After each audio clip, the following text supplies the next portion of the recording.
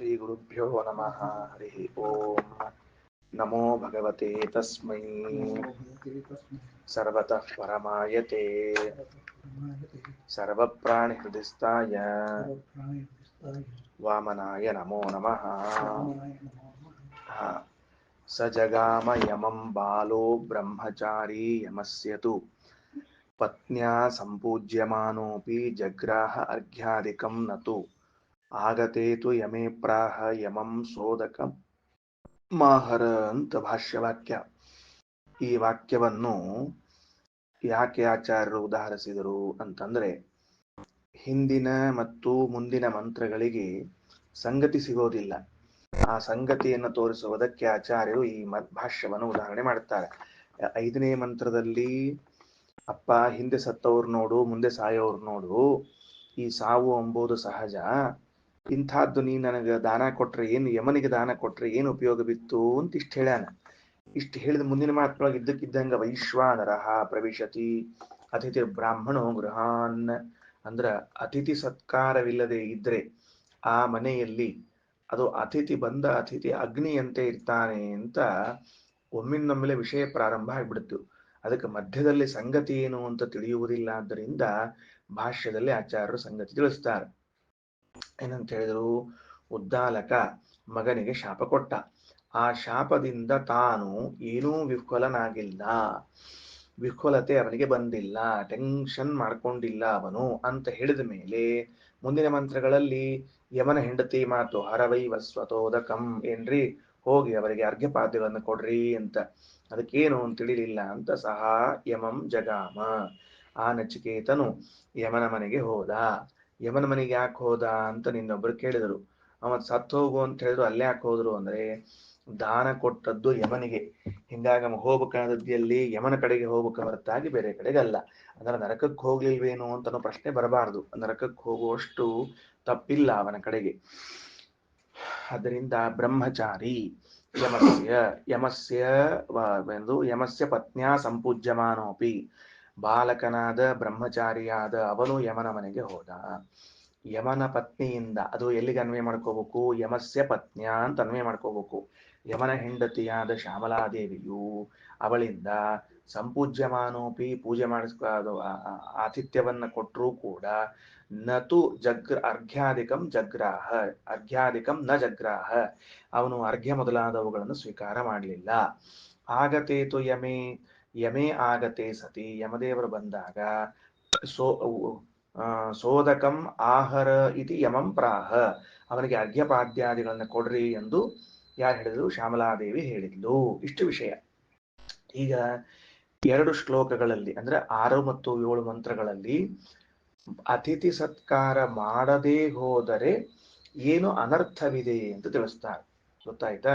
ಅತಿಥಿ ಸತ್ಕಾರ ಮಾಡಬೇಕು, ಮನೆಗೆ ಬಂದವರಿಗೆ ಮಾಡದೇ ಹೋದರೆ ಎಂತಹ ಅನರ್ಥವಿದೆ ಅಂತ ತಿಳಿಸ್ಲಿಕ್ಕೆ ಹೊರಟಿದ್ದಾರೆ.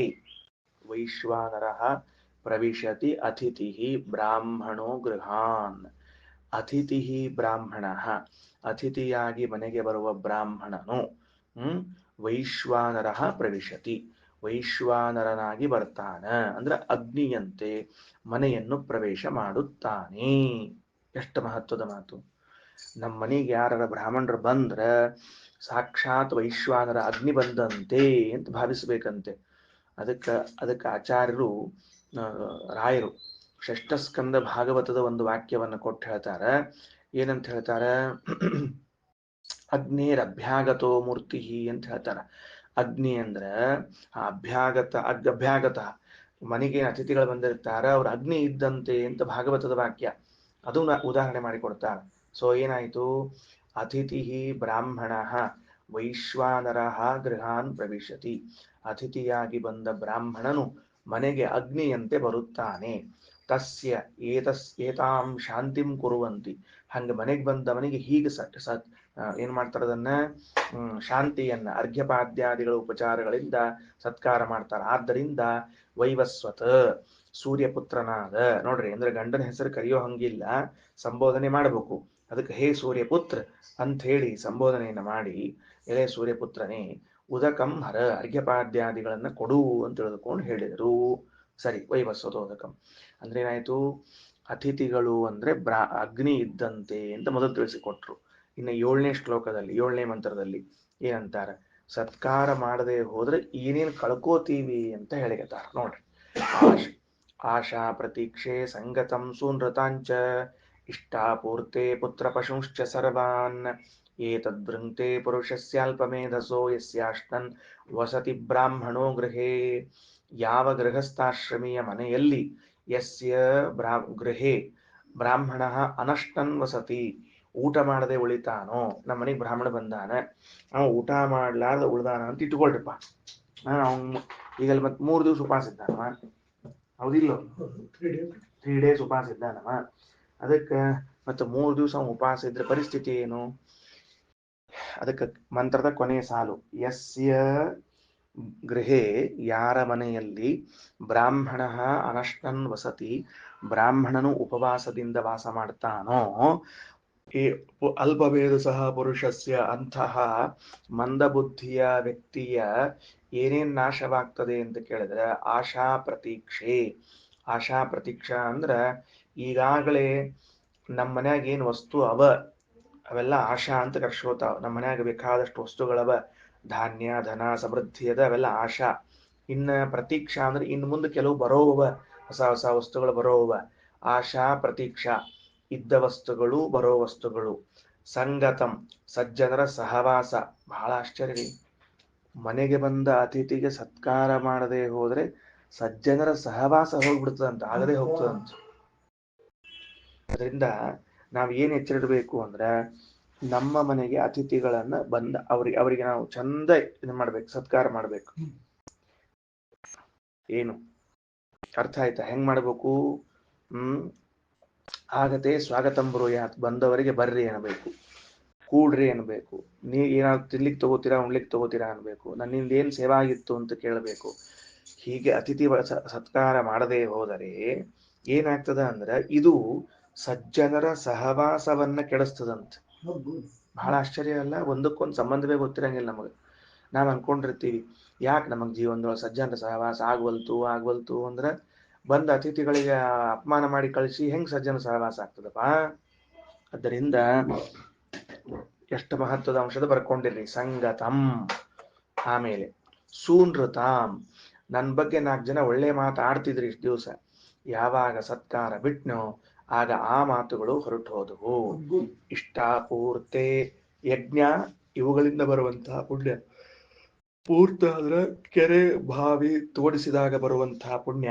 ಇಷ್ಟ ಅಂದ್ರೆ ಯಜ್ಞ, ಯಜ್ಞ ಮಾಡಿದಾಗ ಬರುವ ಪುಣ್ಯ. ಪೂರ್ತ ಅಂದ್ರೆ ತಟಾಕ, ಕೆರೆ ಬಾವಿ ತೋಡಿಸದ ಬರುವಂತಹ ಪುಣ್ಯ. ಆಮೇಲೆ ಪುತ್ರ ಪಶುಂಶ್ಚ ಸರ್ವಾನ್, ಸತ್ಪುತ್ರರು ಪಶುಗಳು ಇವೆಲ್ಲವೂ ಕೂಡ ಏತದ್ವೃಂಕ್ತೆ, ನಾಶ ಮಾಡಿ ಹಾಕುತ್ತವೆ. ಆದ್ದರಿಂದ ನಾವು ಅತಿಥಿಗಳ ಬಗ್ಗೆ ಬಹಳ ಜಾಗರೂಕರಾಗಿರಬೇಕು ಅಂತ ಯಮನ ಪತ್ನಿ ಯಮನಿಗೆ ಹೇಳ್ತಿದ್ದಾಳೆ. ಯಾರು ಯಮದೇವ್ರಿಗೆ ಗೊತ್ತಿರ್ಲಿಲ್ಲ ಏನಿಷ್ಟು ಮತ್ತು ಅಂತ ಕೇಳಬಾರದು. ನಾವು ಬಹಳ ಬುದ್ಧಿವಂತರಿ, ಯಮದೇವ್ರ ದೊಡ್ಡ ಇದ್ರೇನ್ರಿ ಅಂತ ನಮ್ ದಡ್ತನ ತೋರ್ಸೋದು. ಅವಾಗ ಯಮದೇವ್ರ ಅಷ್ಟು ದಡ್ಡ್ರಿ ಇದ್ರೇನ್ರಿ ನಮ್ ದಡ್ತನ ತೋರಿಸ್ಲಿಕ್ಕೆ ಹೋಗಬಾರ್ದು. ಯಮದೇವರಿಗೆ ಗೊತ್ತಿದ್ದೇ ಇತ್ತು. ಏನು ಯಮದೇವರಿಗೆ ಗೊತ್ತಿತ್ತು.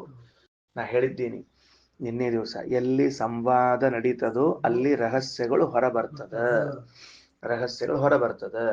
ಅತಿಥಿ ಸತ್ಕಾರದ ಮಹತ್ವವೇನು ಅಂತ ವೇದಶಾಸ್ತ್ರಗಳು ತಿಳಿಸ್ತದೆ ಅಂತ ನಾವು ಹೇಳಿರ್ತೀವಿ. ಎಲ್ಲಿ ತಿಳಿಸ್ತು? ಯಮ ಶ್ಯಾಮಲೆಯರ ಸಂವಾದದಲ್ಲಿ ಅತಿಥಿ ಸತ್ಕಾರದ ಮಹತ್ವವನ್ನು ತಿಳಿಸಿತು. ನಮ್ಮ ಹಿರಿಯರು ಓದ್ಕೊಂಡು ಬಂದಿದ್ರು, ಅವರು ತಮ್ಮ ಮಕ್ಕಳಿಗೆ ಹೇಳಿದ್ರು, ಅವ್ರು ತಮ್ಮ ಮಕ್ಕಳಿಗೆ ಹೇಳಿದ್ರು, ಅವ್ರು ತಮ್ಮ ಮಕ್ಕಳಿಗೆ ಹೇಳಿದ್ರು. ಹೀಗೆ ಪರಂಪರೆಯಲ್ಲಿ ನಮ್ಗೆ ಈಗಾಗಲೇ ಏನ್ ಗೊತ್ತದ? ಅತಿಥಿ ಸತ್ಕಾರ ಮಾಡಬೇಕು ಅಂತ ಗೊತ್ತದ ಅಲ್ರಿ. ನಮಗ್ ಗೊತ್ತಿರೋದನ್ನ ಅದೇನ್ ಹೇಳೋದು ಅಂದ್ರೆ, ಅದು ಹೇಳಿದ್ದ ನಿನಗ್ ಗೊತ್ತದ ಹೊರತಾಗಿ ನೀ ಮೊದ್ಲು ಬಂದಿಲ್ಲ, ಶಾಸ್ತ್ರ ಮೊದಲು ಬಂದದ. ಆಮೇಲೆ ವೇದ ಪುರಾಣಗಳು ಮೊದಲು ಬಂದು ತಿಳಿಸಿದ್ದನ್ನ ನಮ್ಮ ಹಿರಿಯರು ಅಧ್ಯಯನ ಮಾಡಿ ಮನೆಯಲ್ಲಿ ಹೇಳಿದ್ದು, ಅದು ನಾವು ಹೀಗೆ ತಿಳ್ಕೊಂಡಿದ್ದೇವೆ ಅಂತ ಅರ್ಥ. ಸರಿನಾ? ಆಶಾ ಪ್ರತೀಕ್ಷೆ ಸಂಗತಂ ಸೂನೃತಾಂಚ ಇಷ್ಟಾಪೂರ್ತೆ ಪುತ್ರ ಪಶುಂಶ್ಚ ಸರ್ವಾನ್ ಏತದ್ವೃಂಕ್ತೆ ಪುರುಷಸ್ಯಾಲ್ಪಮೇಧಸೋ ಯಸ್ಯಾನಶ್ನನ್ ವಸತಿರ್ ಬ್ರಾಹ್ಮಣೋ ಗೃಹೇ. ಸರಿ, ಬಂದ್ರು, ಯಮದೇವರು ಬಂದ್ರು. 8ನೇ ಮಂತ್ರ ಬಂದು ಕಥೆ ಅದ, ವಿಷಯ ಏನಿಲ್ಲ, ಸರಳ ಕಥೆ ಅದ. ವ್ಯಂಗ್ಯ ತಪ್ಪಾಗಿದೆ, ವೃಂಕ್ತೆ ಆಗ್ಬೇಕದು. ಏತದ್ ವೃಂಕ್ತೆ ಆಗಬೇಕು. ವೃ ವೃ ಅಲ್ಲ, ವಕಾರಕ್ಕ ಕೃಷ್ಣನರು ಬರ್ಬೇಕು ಅಂದ್ರೆ ಸರಿ ಹೋಗ್ತು. ನಾಶ ಮಾಡುತ್ತದೆ ಅಂತ ಅರ್ಥ. ವೃಂಕ್ತೆ ಅನ್ನೋ ಶಬ್ದಕ್ಕ ನಾಶಪಡಿಸು ಅಂತ ಅರ್ಥ. ನೋಟ್ ಮಾಡಿಕೊಳ್ಳ್ರಿ. ಬಂದು ಯಮದೇವರು ಸತ್ಕಾರ ಮಾಡಿ ಅವನಿಗೊಂದು ಮಾತು ಹೇಳ್ತಾರೆ. ತಿಸ್ರೋ ರಾತ್ರಿರ್ ಯದವಾತ್ಸೀರ್ ಗೃಹೇ ಮೇ. ಮಂತ್ರ ಸಂಖ್ಯೆ 8. ತಿಸ್ರೋ ರಾತ್ರಿರ್ ಯದವಾತ್ಸೀರ್ ಗೃಹೇ ಮೇ ಅನಷ್ಟನ್ ಬ್ರಹ್ಮನ್ ಅತಿಥಿರ್ ನಮಸ್ಯಃ. ನಮಸ್ತೆ ಅಸ್ತು ಬ್ರಹ್ಮನ್ ಸ್ವಸ್ತಿ ಮೇ ಅಸ್ತು ತಸ್ಮಾತ್ ಪ್ರತಿತ್ರೀನ್ ವರಾನ್ ವೃಣೀಶ್ವ. ತಿಸ್ರೋ ರಾತ್ರಿ 3 ದಿನಗಳ ಕಾಲ 3 ರಾತ್ರಿಗಳು. ಯದವಾತ್ಸೀರ್ ಗೃಹೇ ಮೇ ನನ್ನ ಮನೆಯಲ್ಲಿ ವಾಸ ಮಾಡಿದಿ. ಅವಾತ್ಸೀಹಿ ವಾಸಿಸಿದಿ. ಗೃಹೇ ಮೇ ಮೇ ಗೃಹೇ ನನ್ನ ಮನೆಯಲ್ಲಿ ವಾಸ ಮಾಡ್ತಾ ಇದ್ದಿ. ಹೆಂಗ? ಅನಶ್ನನ್ ಬ್ರಹ್ಮನ್ ಊಟ ಮಾಡದೆ ಬ್ರಾಹ್ಮಣ ನೀನು ವಾಸ ಮಾಡಿದಿ. ಅತಿಥಿ ನಮಸ್ಯಃ ನಿನಗೆ ನಮಸ್ಕಾರ. ಏನ್ರಿ ಇಲ್ಲೊಂದು ರಹಸ್ಯವನ್ನ ವಾದಿರಾಜ ಸ್ವಾಮಿಗಳು ತಮ್ಮ ವ್ಯಾಖ್ಯಾನದಲ್ಲಿ ಬರೀತಾರೆ. ಸೋದಾಸ್ ಸ್ವಾಮಿಗಳು ಒಂದು ರಹಸ್ಯ ಬರೀತಾರೆ. ಏನು? ಯಾಕೆ ಸ್ವೀಕಾರ ಮಾಡ್ಲಿಲ್ಲ? ಹೆಂಡತಿ ಕೊಟ್ರೆ, ಶ್ಯಾಮಲಾದೇವಿ ಕೊಟ್ರೆ ಸ್ವೀಕಾರ ಮಾಡ್ಬೇಕೋ ಬೇಡ ಅಂದ್ರೆ ಎಲ್ರಿ ನಿನ್ನೆ ನೀವು ಹೇಳಿದ್ರಿ ಮತ್ತೆ ಮನ್ಯಾಗ ಗಂಡಸರು ಇದ್ದಿದ್ದಿಲ್ಲ ಹೋಗ್ಬಾರ್ದು ಅದಕ್ಕೆ ಅಂತ ತಿಳ್ಕೊಂಡು ಅಂದ್ರೆ ಸರಿ, ಇಲ್ಲ ಅಂದಿಲ್ಲ. ಆದರೆ ಧರ್ಮಶಾಸ್ತ್ರದಲ್ಲಿ ಏನಿದೆ ಅಂದ್ರೆ ಗಂಡ ಇಲ್ಲದೆ ಹೋದಾಗ ಇಲ್ಲದೆ ಹೋದಾಗ ಅಂದ್ರೆ ಹೊರ ಊರಿಗೆ ಎಲ್ಲ ಹೋದಾಗ ಹೆಂಡತಿ ನೀಡಿದ ಸತ್ಕಾರವನ್ನು ಅವಳೇ ಯಜಮಾನಿ ಅಂತ ಸ್ವೀಕಾರ ಮಾಡ್ಲಿಕ್ಕೆ ಬರ್ತದಂತೆ. ಅದಕ್ಕೆ ಅದು ದೋಷ ಅಲ್ಲ. ಮತ್ತೆ ಆ ನಿಯಮ ಏನು ಅಂದ್ರೆ ಆ ನಿಯಮ ಮನೆಯಲ್ಲಿ ಉಳಿದವರು ಇಲ್ಲದೆ ಇದ್ದರೆ ಅಂತ ನಿಯಮ. ಹೆಣ್ಮಗಳು ಮಾತ್ರ ಇದ್ರು ಉಳಿದವರು ಇದ್ದಿದ್ದಿಲ್ಲ ಅಂದ್ರೆ ಆವಾಗ ಒಳಗೆ ಪ್ರವೇಶ ಮಾಡಬಾರದು. ಮನೆಯೊಳಗೆ ಮಕ್ಕಳು ಅತ್ತಿ ಮಾವ ಮತ್ತೊಂದು 108 ಮಂದಿ ಇದ್ದ ಹೆಣ್ಮಗಳು ಕರೆದ್ರೆ ಒಳಗೆ ಹೋಗಿ ಸ್ವೀಕಾರ ಮಾಡ್ಲಿಕ್ಕೆ ಬರ್ತದೆ, ಏನ್ ದೋಷ ಅಲ್ಲ. ಹಂಗಾಗಿ ಯಮದೇವ್ರ ಹೆಂಡತಿ ಕೊಟ್ರೆ ತಗೊಳ್ಳಿಲ್ಲ. ಯಾಕ ಅಂದ್ರೆ ನಚಿಕೇತ ಬುದ್ಧಿವಂತ ಇದ್ನಂತವ, ನಮ್ಮಂಗ ಹೆಡ್ ಇದ್ದಿದ್ದಿಲ್ಲ. ಅವ ನಮ್ಮಂಗ ಟೆಕ್ಸ್ಟ್ ಓದ್ಕೊಂಡು ಕೂತಿದ್ದಿಲ್ಲ, ಟೆಕ್ಸ್ಟ್ ಒಳಗೆ ಸಬ್ಜೆಕ್ಟ್ ಆಗಿದ್ದವ. ಹಿಂಗಾಗಿ ಬುದ್ಧಿವಂತ ಇದ್ದವ. ಏನಾದ ಅಂತ ಕೇಳಿದ್ರೆ, ನಾನು ಯಮನ ಕನಿಕರಕ್ಕೆ ಪಾತ್ರನಾಗ್ಬೇಕು, ಯಮನ ದಯೆಗೆ ಪಾತ್ರನಾಗ್ಬೇಕು. ಹಂಗಾದ್ರೆ ಏನ್ ಮಾಡ್ಬೇಕು? ಅವ ಬರೋ ತನಕ ಉಪವಾಸ ಕೂತ್ರ ಅವ್ನ್ ನನ್ ಮೇಲೆ ಪ್ರೀತಿ ಹುಡ್ತದ, ಅಯ್ಯೋ ಪಾಪ ಅಂತ ಅನಿಸ್ತದ. ಅವಾಗ ನಾ ವರ ಕೇಳಲಿಕ್ ಬರ್ತದ ಅಂತ ಮೊದಲೇ ಲೆಕ್ಕ ಹಾಕೊಂಡು 3 ದಿವಸ ಉಪವಾಸ ಕೂತಿದ್ದ ಅಂತ ವಾದರಾಜ ಸ್ವಾಮಿಗಳು ಬರೀತಾರೆ. ವೆಲ್ ಪ್ಲಾನ್ಡ್ ಅದು ಅಂತ. ಅದು ಯಾಕೆ ಹಂಗ ಅನ್ನೋದಕ್ಕ ಯಜುರ್ವೇದದಲ್ಲಿ, ಯಜುರ್ವೇದ ಬ್ರಾಹ್ಮಣ ಅದ್ರಲ್ಲಿ ಒಂದು ಕಥೆ ಬರ್ತದೆ. ಯಾವಾಗ ನಚಿಕೇತ ತನ್ನ ಮನೆಯಿಂದ ಹೊರಟ, ಯಮದೇವ್ರ ಮನೆಗೆ ಹೊರಟಿದ್ನಲ್ಲ, ಆಗ ಹೊರಡುವಾಗ ಏನಾಯ್ತು ಅಂದ್ರೆ ದಾರಿಯಲ್ಲಿ ಆಕಾಶವಾಣಿ ಆಯ್ತಂತ ಅವನಿಗೆ. ಇದೆಲ್ಲ ಬೇರೆ ಬೇರೆ ಕಡೆ ಬಂದಾವನಿ. ಮಹಾಭಾರತ ಒಂದಿಷ್ಟು ಬಂದದ, ಬೇರೆ ಕಡೆ ಒಂದಿಷ್ಟು ಬಂದದ. ಏನ್ ಆಕಾಶವಾಣಿ ಆಯ್ತು ಅಂದ್ರೆ, ನಚಿಕೇತ ನೀ ಯಮನ ಮನೆಗೆ ಹೊರಟಿ, ಯಮ ಮನ್ಯಾಗ ಇರಂಗಿಲ್ಲ, ಹೆಂಡತಿ ಕರಿತಾಳೆ, ಕರೆದ ಕೂಡಲೇ ಒಳಗ್ ಹೋಗ್ಬೇಡ.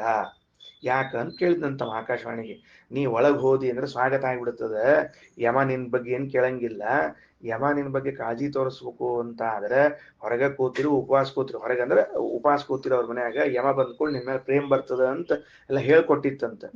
ಆ ಆಕಾಶವಾಣಿ ಅನುಸಾರವಾಗಿ ಈತ ಹೋಗಿ ನಾ ನಿಮ್ ಮನ್ಯಾಗ ಅತಿಥಿ ಸತ್ಕಾರ ಸ್ವೀಕಾರ ಮಾಡಂಗಿಲ್ಲ ಅಂತ ಹೇಳಿದ್ದ ಅಂತ ವಿಷಯ. ಅದಕ್ಕೆ ರಾಜರು ಅದನ್ನೆಲ್ಲ ಚಂದ ಸಂಗ್ರಹ ಮಾಡಿಕೊಡ್ತಾರೆ. ತಿಸ್ರೋರ ಈಗ 8ನೇ ಮಂತ್ರ ನೋಡ್ರಿ, ಈಗ ಅರ್ಥ ಆಗ್ತದೆ. ಸಾಮಾನ್ಯ ಅವ್ರದೇ. ಅಲ್ಲಿ ಭಾರತೀ ದೇವಿ ಅಂತದ ವಿಷಯ ಹಂಗದ. ತಿಸ್ರೋ ರಾತ್ರಿ ಯದವಾತ್ಸೀರ್ ಗೃಹೇ ಮೇ 3 ರಾತ್ರಿಗಳು ನನ್ನ ಮನೆಯಲ್ಲಿ ವಾಸ ಮಾಡಿದ್ದಿ. ಯತ್ ಅವಾತ್ಸೀಹಿ ಮೇ ಗೃಹೇ ಅನಶ್ನನ್ ಬ್ರಾಹ್ಮಣ ಊಟ ಮಾಡ್ಲಾರ್ದೆ ಇದ್ದಿರ್ ನಮಸ್ಯ. ಮೊದಲು ನಿಂಗೊಂದು ನಮಸ್ಕಾರ. ಆಚಾರ ಉಪವಾಸ ಬಿದ್ದಿರಪ್ಪ, ನಮಸ್ಕಾರಪ್ಪ ಅಂದ್ರೆ ಉಪವಾಸ ಇದ್ದದಕ್ಕೆ ಬಿದ್ದಿಗಿದ್ದೀರಿ ಅಂತ ಹಿಂಗ ಅರ್ಥ, ಅಷ್ಟ ಬೇರೆ ಇಲ್ಲ. ನಮ್ಮ ಭಾಷಾದಾಗ ಉಪವಾಸ ಬಿದ್ದೀರಿ ಅಂದ್ರೆ ಹಂಗ ಅರ್ಥ ಆತ. ಹೋಗಿ ಬಿಡ್ರಿ, ಉಪವಾಸ ಇದ್ದೀರಿ. ನಮಸ್ತೆ ಅಸ್ತು ಬ್ರಹ್ಮನ್, ಮತ್ತೊಮ್ಮೆ ನಮಸ್ಕಾರ. 2 ಸರ್ತಿ 3 ಸರ್ತಿ ನಮಸ್ಕಾರ. ಸ್ವಸ್ತಿ ಮೇ ಅಸ್ತು, ನನಗೆ ಮಂಗಳವಾಗಲಿ. ತಸ್ಮಾನ್ ಪ್ರತಿತ್ರೀನ್ ವರಾನ್ ವಣೇಶ್ವ, ನಾನು ವರಪ್ರದನಾಗಿದ್ದರಿಂದಾಗಿ ವರ ಕೊಡಲು ಸಮರ್ಥ ಯಮದೇವರು. ಅದಕ್ಕೆ ಅದರ ಬದಲಿಗೆ ನೀವು 3 ವರಗಳನ್ನು ತಗೊಳ್ರಿ. ಪ್ರತಿಯಾಗಿ 3 ದಿವಸ ಉಪವಾಸಿದ್ರೆ 3 ವರ ತಗೊಳ್ರಿ ಅಂತ ಚಾನ್ಸ್ ಕೊಟ್ರು. ನೋಡ್ರಿ, ದ್ವಾದಶ ಸ್ತೋತ್ರದೊಳಗ ವಂದೇ ವಂದ್ಯಂ ಸದಾನಂದಂ ವಾಸುದೇವಂ ನಿರಂಜನಂ ಇಂದಿರಾಪತಿಮಾದ್ಯಾದಿ ವರದೇಶ ವರಪ್ರದಂ ಅಂದ. ವರದೇಶರು ಅಂದ್ರೆ ವರವನ್ನ ಕೊಡ್ಲಿಕ್ಕೆ ಸಮರ್ಥರಾದ ದೇವತೆಗಳಿಗೂ ವರಪ್ರದನಾದವನು ಭಗವಂತ ಅಂತ ಅರ್ಥ. ಅಲ್ಲಿ ವರದೇಶ ವರಪ್ರದಂ ಅಂತ. ದೇವತೆಗಳು ವರಪ್ರದರು ಎಲ್ಲಿ ಅಂದ್ರೆ ನೋಡ್ರಿ, ಯಮದೇವರು ವರದ ಈಗ ವರ ಕೊಟ್ರಲ್ಲಿ. ಉಪನಿಷತ್ತುಗಳಲ್ಲಿ ನೋಡಿದಾಗ ದೇವತೆಗಳೆಲ್ಲರೂ ವರಪ್ರದರಾಗಿದ್ದಾರೆ ಅಂತ ತಿಳಿದು ಬರ್ತದೆ. ಅಂದ್ರೆ ರುದ್ರದೇವರು, ಪಾರ್ವತೀ ದೇವಿ, ಸ್ಕಂದ, ಗಣಪತಿ, ಬ್ರಹ್ಮದೇವರು ಮಾತ್ರ ವರ ಕೊಟ್ಟದ್ದು ಲೋಕದಲ್ಲಿ ಕಾಣಿಸ್ತದೆ. ಇಂದ್ರ, ಚಂದ್ರ, ವರುಣ, ಯಮಾದಿಗಳು ವರ ಕೊಟ್ಟದ್ದು ಕಾಣಿಸೋದಿಲ್ಲ. ಅದಕ್ಕೆ ಈ ಉಪನಿಷತ್ನಲ್ಲಿ ಹೇಳುವಾಗ ವರದೇಶ ವರಪ್ರದಂ ಅಂತ ಅರ್ಥ ಅನುಸಂಧಾನ ಮಾಡಿಕೊಂಡ್ಬಿಟ್ರೆ ಯಮದೇವರು ವರಪ್ರದರಾಗಿದ್ದಾರೆ. ಅಂಥ ಯಮದೇವರಿಗೂ ವರ ಕೊಡುವಂಥವನು ನಮ್ಮ ಸ್ವಾಮಿ ಅಂತ ಆ ದ್ವಾದಶ ಸ್ತೋತ್ರದ ಮಾತು. ವರದೇಶ ವರಪ್ರದಂ ಅಂತ ಸರಿ ಹೋಗ್ತದೆ. ಹಿಂಗ್ ತಿಳ್ಕೋಬೇಕು. ಏನು ತ್ರೀನ್ ವರಾನ್ ವೃಣೀಶ್ವ, 3 ವರಗಳನ್ನು ಕೇಳ್ರಿ. ಕೆಳಗೊಂದ್ ಭಾಷ್ಯ. ಇತ್ಯುಕ್ತ ಸ ಯಮಸ್ತಂತು ಸಂಪೂಜ್ಯಾದಾತ್ ವರತ್ರಯಂ ಇತ್ಯುಕ್ತ ಸಹ, ಹೀಗೆ ಹೇಳಿದಾಗ ಯಮಃ ಅಂದ್ರೆ ಹೆಂಡತಿ ಹಿಂಗೆ ಹೇಳಿದ ಕೂಡಲೇ ಆ ಯಮದೇವರು ತಂತು ಸಂಪೂಜ್ಯ ಆ ನಚಿಕೇತನಿಗೆ ಸತ್ಕರಿಸಿ ವರತ್ರಯಂ ಅದಾತ್ 3 ವರಗಳನ್ನ ಕೊಟ್ರು. ಶಬ್ದಾರ್ಥ ನೋಡ್ಕೋತ ಹೋಗ್ತಿರ್ರಿ, ಹೇಳ್ಕೋತ ಹೊಂಟಿರ್ತೀನಿ ನಾನು.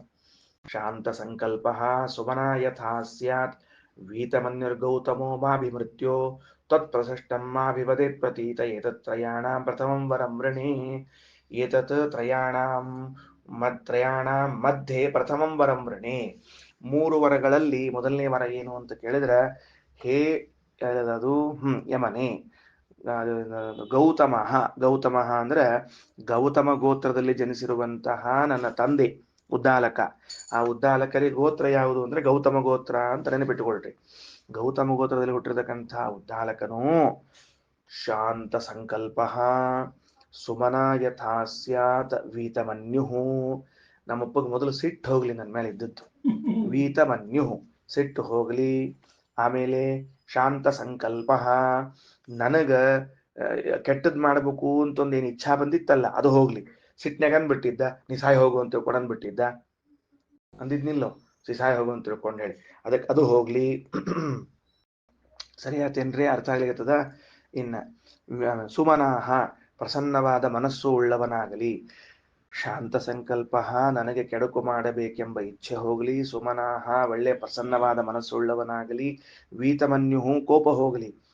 ಗೌತಮ ನನ್ನಪ್ಪ ಗೌತಮ ಮಾ ಅಭಿಮೃತ್ಯೋಹೋ ಮಾಭಿ ನನ್ನನ್ನು ಕುರಿತು ಹೇ ಮೃತ್ಯೋ ಎಲೆ ಯಮದೇವರೇ, ತತ್ಪ್ರಸೃಷ್ಟ ನಿನ್ನಿಂದ ಕಳಿಸಲ್ಪಟ್ಟವನಾಗಿ, ಮಾಭಿವದೇ ಪ್ರತೀತಃ ನನ್ನ ಹೆಂಗ್ ಮಾತಾಡ್ಸ್ಬೇಕು?